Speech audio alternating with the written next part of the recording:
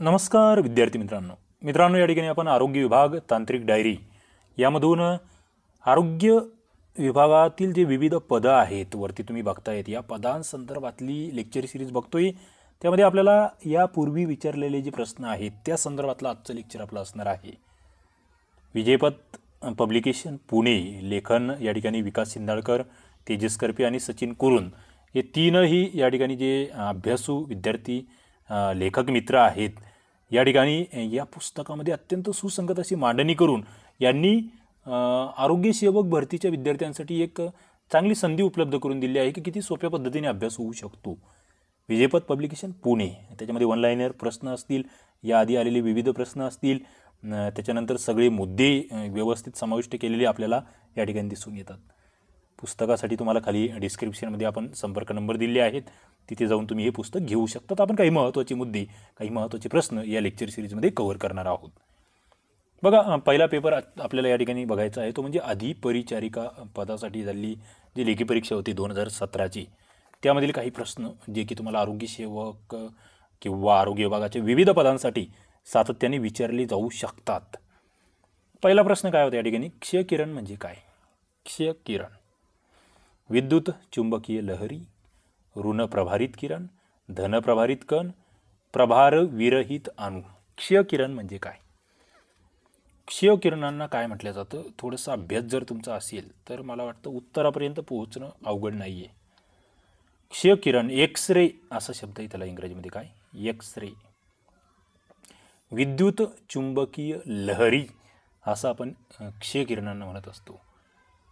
X ray, विद्युत चुंबकीय लहरी, नीट नोट डाऊन करत चला।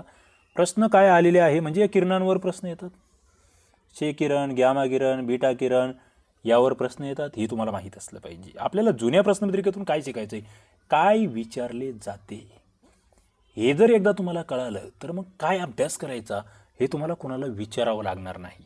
आणि बऱ्याच जणांचा घोळ हाच आहे, काय वाचायचं हे बऱ्याच जणांना कळत नाही, त्याच्यामुळे फार मोठा घोळ होतोय, तो करू नका। आपल्याला या मागील विचारले जे प्रश्न आहे ते अभ्यासण्यामागे आपला हेतू तोच आहे की काय वाचायचं हे तुम्हाला कळालं पाहिजे। आरोग्य विभागातला कोणताही पेपर असू द्या, कोणती परीक्षा असू द्या, त्यासाठी जुने जे विविध प्रश्न झाले आहे आरोग्य खात्याअंतर्गतच्या ज्या भरत्या झाल्या आहेत, झेडपीच्या असतील किंवा स्पेशली महाराष्ट्र सरकारच्या, त्या ठिकाणचे जुने प्रश्न आपल्याला पूर्ण तोंडपाठ असले पाहिजेत। बघा, पुढचा प्रश्न, अत्यंत कमी तरंगलांबी, प्रकाश किरणांप्रमाणेच विद्युत चुंबकीय व त्याच्या इतकाच वेग ही सर्व वैशिष्ट्ये कोणत्या किरणांना लागू होतात? बघा, अत्यंत कमी तरंगलांबी पहिलं वैशिष्ट्य। दुसरं, प्रकाश किरणं जे आहेत ना त्यांच्याप्रमाणे विद्युत चुंबकीय सुद्धा आहेत ती। तिसरं, आपले जे प्रकाश किरणं आहेत ना त्यांचे इतकाच वेग यांना आहेत, अशी किरणं कोणती? गॅमा किरणं, लेझर किरणं, क्षे किरणं की बीटा किरणं? महत्त्वाचा प्रश्न, तुम्हाला एक प्रश्न वारंवार विचारला गेला की समजा ते बटाटे वगैरे असेल ते खराब होऊ नये म्हणून कोणत्या किरणांचा वापर केला जातो, किंवा ते त्या ठिकाणी त्यांना साठवण्यासाठी कोणती किरणं वापरले जातात, असा एक प्रश्न विचारला तो वारंवार, त्याचं उत्तरही तुम्हाला देता आलं पाहिजे। मात्र इथे या प्रश्नाचं उत्तर काय? याचं उत्तर तेच, क्षकिरण। काय? क्षकिरण। पुढे, निरुपयोगी तांबड्या पेशींचे विघटन खालीलपैकी कुठे होते? बघा, निरुपयोगी तांबड्या पेशी ज्याला आपण RBC असं म्हणतो, निरुपयोगी आहेत, त्यांचं विघटन कुठे होत आहे, त्यांचा नाश कुठे होतो? हृदयामध्ये, यकृतामध्ये, किडनीमध्ये की प्लीहामध्ये? विज्ञानाचा एक गाजलेला आणि याच्या आधी विचारला गेला प्रश्न म्हणून याच्याकडे मी बघतो, याचं उत्तर आहे यकृत। काय? यकृत। यकृतामध्ये या ठिकाणी तांबड्या पेशी ज्या आहेत यांचं विघटन होतं आहे। पुढे जातोय चौथा प्रश्न, सल्फ्युरिक ॲसिड व जस्त म्हणतो आपण, यांच्या क्रियेने कोणता वायू तयार होतो? बघा, वायू निर्मिती संदर्भातला प्रश्न आहे।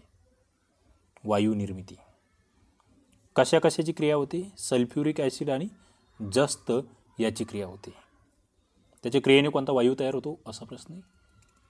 हिलियम तयार होतोय, हायड्रोजन तयार होतोय, नायट्रोजन तयार होतोय की नायट्रोसल्फेट तयार होतो आहे? 4 नंबरचा प्रश्न मित्रांनो, सल्फ्युरिक ॲसिड आणि जस्त यांच्यामध्ये जर क्रिया झाली तर या ठिकाणी कोणता वायू तयार होतो? उत्तर हायड्रोजन हे आहे. काय? हायड्रोजन वायूची निर्मिती या ठिकाणी होत असते. पुढे जातोय मी. मानवी शरीर हे एखाद्या भट्टीप्रमाणे कार्य करते, एखाद्या भट्टीसारखे कार्य करते, ज्यामध्ये अन्नरूपी इंधन भरले जाते. मानवी शरीराबद्दल बोलतोय. मानवी शरीर हा टॉपिक आपल्याला अत्यंत चांगला बघायचा आहे. आपल्या लेक्चर सिरीजमध्ये तो कव्हर होणार आहे. काही विषय नाही. आपलं जे विज्ञानाची लेक्चर सिरीज चालू आहे, विज्ञानाचा क्रॅश कोर्स आहे, ते आताही कव्हर होईल. आणि या ठिकाणी आपण जे विजयपथ पुस्तकातून जी आरोग्य सेवक भरती संदर्भातले जे लेक्चर्स घेतोय त्यामध्येही कव्हर होईल.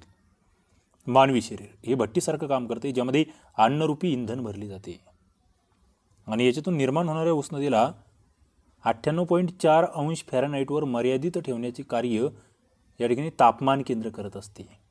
बघा, तापमान केंद्र. ते केंद्र कुठे असते? जे या तापमानाला नियंत्रित ठेवतं, जे आपल्या शरीरातील उष्णतेला नियंत्रित ठेवते. अत्यंत इंटरेस्टिंग प्रश्न आहे. परीक्षेला विचारला गेलेला प्रश्न आहे. आरोग्य विभागामधील विविध परीक्षांना कसा प्रश्न येऊ शकतो, अभ्यास किती डीपमध्ये आपला असला पाहिजे, याच्यासाठीचा एक उत्तम नमुना असलेला हा प्रश्न म्हणून मी बघतो. काय आहे उत्तर? पोटाजवळ आहे हे केंद्र, यकृतामध्ये केंद्र आहे, मेंदूमध्ये आहे की फुफ्फुसामध्ये आहे? मित्रांनो, उत्तर आहे मेंदूमध्ये. काय? मेंदूमध्ये. हे जे तापमान केंद्र आहे ते मेंदूमध्ये आहे, हे लक्षात ठेवा, जे शरीराचं तापमान नियंत्रित करतं आहे. ओके, इंटरेस्टिंग आहे, फसवणारा प्रश्न आहे. पुढे, हाडामधील दोष अथवा रोगाचा तपास लावण्यासाठी खालीलपैकी कोणती किरणं वापरली जातात? बघा, तुमचा एखादा हाड फ्रॅक्चर झालेला आहे किंवा हाडामध्ये काहीतरी रोग झालेला आहे, तो चेक करायचा असेल तुम्हाला, कोणती किरणं आहेत की ज्यांचा वापर तुम्हाला करावा लागेल? सूर्यकिरणे, अल्फा किरणे, बीटा किरणे की रॉन्टजेन किरणे? रॉन्टजेन यांनी कशाचा शोध लावला आहे, हा एक वेगळा प्रश्न तयार होतो. एका शास्त्रज्ञांचं नाव आहे रॉन्टजेन. इथे सूर्यकिरणांवर सुद्धा प्रश्न तयार होतो की सूर्यकिरण हे सूर्यापासून पृथ्वीवर पोहोचण्यासाठी किती वेळ लागतो, तो वेळ कशामध्ये मोजला जातो, ती परिमाणसुद्धा आहे. मात्र हाडामधील दोष तपासायचे आहे किंवा रोगाचा शोध लावायचा आहे, याच्यासाठी कोणती किरणं?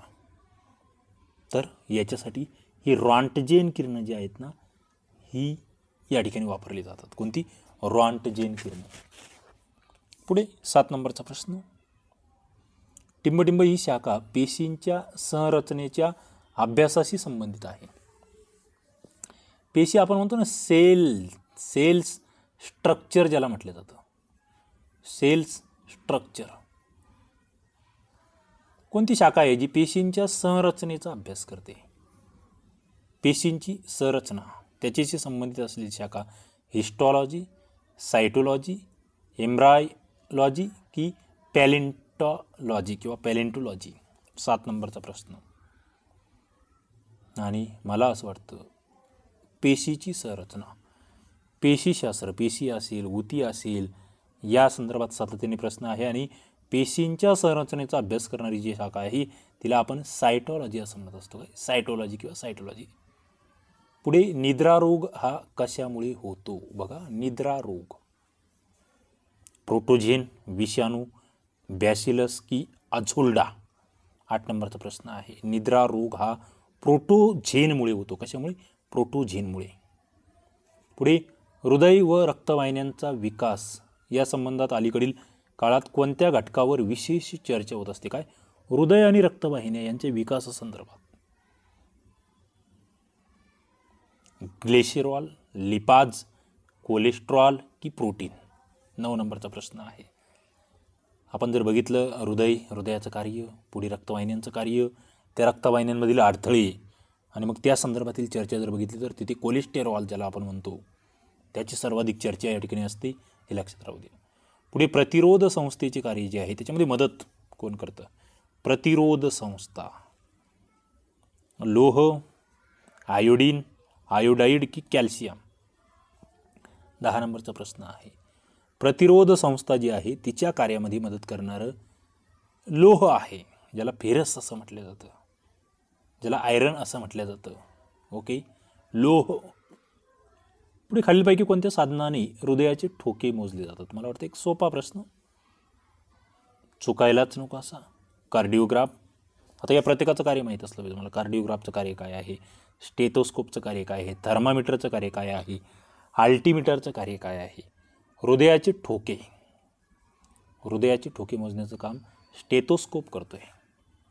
पुढे गुडघ्याचा व कोपराचा सांधा हे कोणत्या प्रकारचे उदाहरण आहे बघा. गुडघ्याचा सांधा आणि कोपराचा सांधा हे सांधे एकदम म्हणजे ते क्रमिक पुस्तकं आहेत ना, आपण त्याचे लेक्चर घेतलेले आहेत ऑलरेडी, आपल्या यूट्यूब चॅनलला उपलब्ध आहेत ते लेक्चर, त्यामध्ये कव्हर केलेलं आहे आपण. कोपराचा सांधा किंवा गुडघ्याचा सांधा हा कशाचा आहे, बिजागरीचा, उकळीचा, खिळेचा की सरकता सांधा. उत्तर आहे याचं बिजागरीचा. मग उकळीचा सांधा कुठे असतो, खिळेचा कुठे असतो आणि सरकता कुठे असतो, जरा विचार करा. कमेंट बॉक्समध्ये उत्तर देण्याचा प्रयत्न करा. हे करावं लागेल तुम्हाला. आरोग्य विभागामध्ये जर फायनल निवड आपली व्हावी असं वाटत असेल तर या बाबी तुम्हाला कराव्या लागतील. खालीलपैकी काय किरणोत्सारी मूलद्रव्य म्हणून गणता येणार नाही. रेडियम, युरेनियम, रेडॉन की रेयॉन. 13 नंबरचा प्रश्न आहे. किरणोत्सारी मूलद्रव्य रेडियम आहे का, यस आहे. युरेनियम यस किरणोत्सारी आहे. रेडॉन यस, रेयॉन नाही आहे. किरणोत्सारी मूलद्रव्य. पुढे पचनक्रियेमध्ये स्टार्चचे रूपांतर टिंबटिंब पदार्थामध्ये होते. कशाचे, स्टार्च. पचन जेव्हा होते तेव्हा स्टार्च कशामध्ये रूपांतरित होतो, माल्टोज, नायट्रोज, जीवनसत्व बी की ग्लुकोज. 14 नंबरचा प्रश्न आणि उत्तर आहे ग्लुकोज. स्टार्चचे रूपांतर कशामध्ये होते आहे, ग्लुकोजमध्ये होते आहे.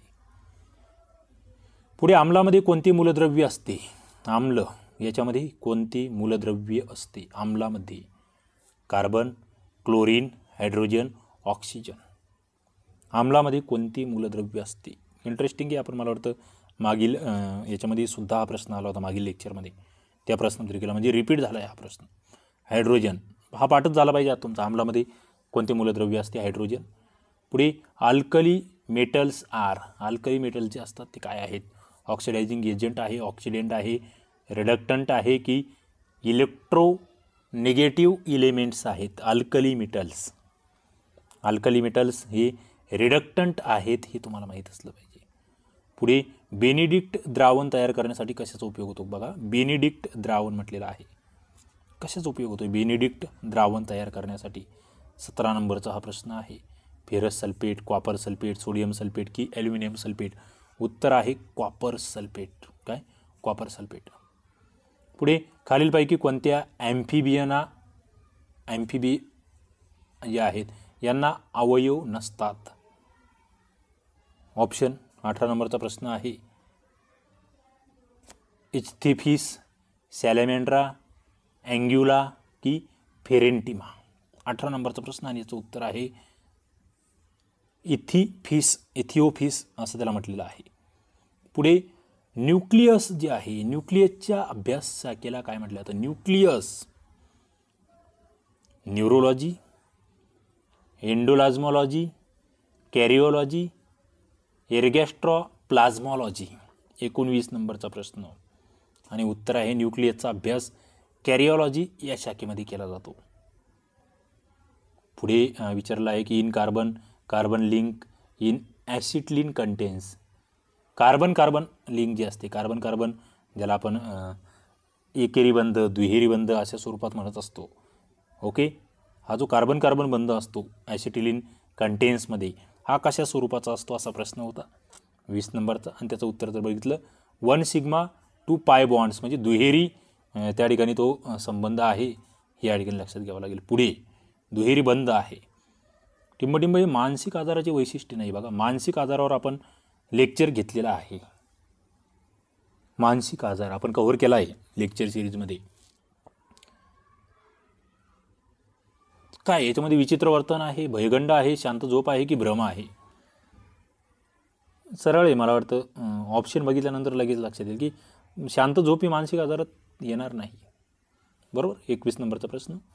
पुढे अन्न विषबाधेचे प्रमुख कारण काय. व्हिब्रिओ cholera, E coli, C ब्युटुलिमन, P ऑरिजिनोसा. अन्न विषबाधा याचं प्रमुख कारण काय. 22 नंबरचा प्रश्न आहे आणि ई कोलाय हे अन्न विषबाधेचं प्रमुख कारण आहे. पुढे प्रत्येक प्राथमिक आरोग्य केंद्रामार्फत किती लोकांना आरोग्य सेवा दिल्या जातात. बिगर आदिवासी क्षेत्रासंदर्भातला हा प्रश्न होता. 23 नंबरचा प्रश्न. आणि इथे जर बघितलं तुम्ही तर उत्तर याचं डायरेक्टली आहे 30,000 बिगर आदिवासी क्षेत्रासाठी. पुढे पल्मोनरी एम्बोलिझम रोग निदान झालेल्या रुग्णाला खालीपैकी कोणते औषध देणे आवश्यक आहे. पल्मोनरी एम्बोलिझम हा रोग झाला आहे तर कोणतं औषध दिलं जातं. Streptokinase, tissue plasminogen activator, IV heparin, sodium warfarin. महत्त्वाचे प्रश्न आलेले आहेत. कशा पद्धतीचे प्रश्न आले ते तुम्हाला लक्षात घ्यावे लागतील. 24 नंबरचा प्रश्न IV हिपॅरिन हे औषध या ठिकाणी द्यायचं आहे. आणि पुढे शेवटचा प्रश्न, शरीराची कोणती एक बाजू लुळी पडते याला काय म्हटलं जातं. बघा 25 नंबरचा प्रश्न इंटरेस्टिंग असा प्रश्न आहे आणि या ठिकाणी उत्तर डायरेक्टली उत्तरापर्यंत जातो मी. हेमिप्लेजिया असं त्याला म्हटलं जातं. काय हेमिप्लेजिया, त्याला आपण पक्षवात वगैरे असंही म्हणत असतो. ओके, तर मित्रांनो अशा पद्धतीचे हे प्रश्न नक्कीच तुम्हाला आवडत असतील. लाईक करा, आपल्या मित्रांना शेअर करा, चॅनलला सबस्क्राईब करा आणि घंटीचं बटन दाबून ठेवा. चला या ठिकाणी आपण थांबूया. धन्यवाद.